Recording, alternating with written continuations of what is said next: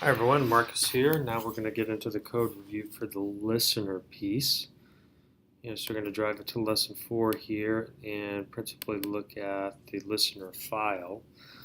And so what we have here, starting at a high level, is the code built around Botkit that's going to set up a listening service for our bot, be the set of the bot's ears. That will look for an inbound request coming over from, in this case, Alexa. So just to kind of run through the pieces, again, as we said, this approach to setting up a listener device is centered around Botkit. Local tunnel we had mentioned in one of the earlier exercises, just in terms of setting it up.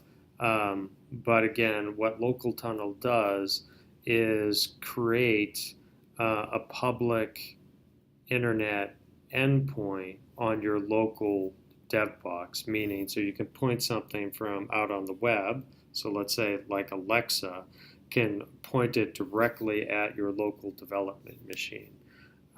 So when you channel things, you can have it serving off of your local machine.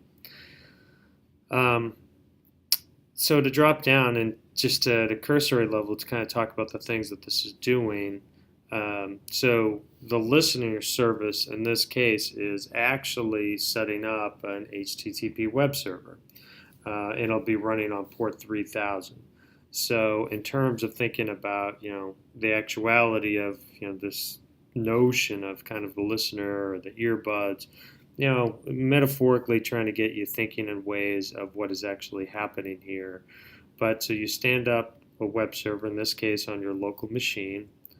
It creates an endpoint, so it starts listening on that machine, and then sets up the local tunnel to actually point an external request to that the earbuds locally.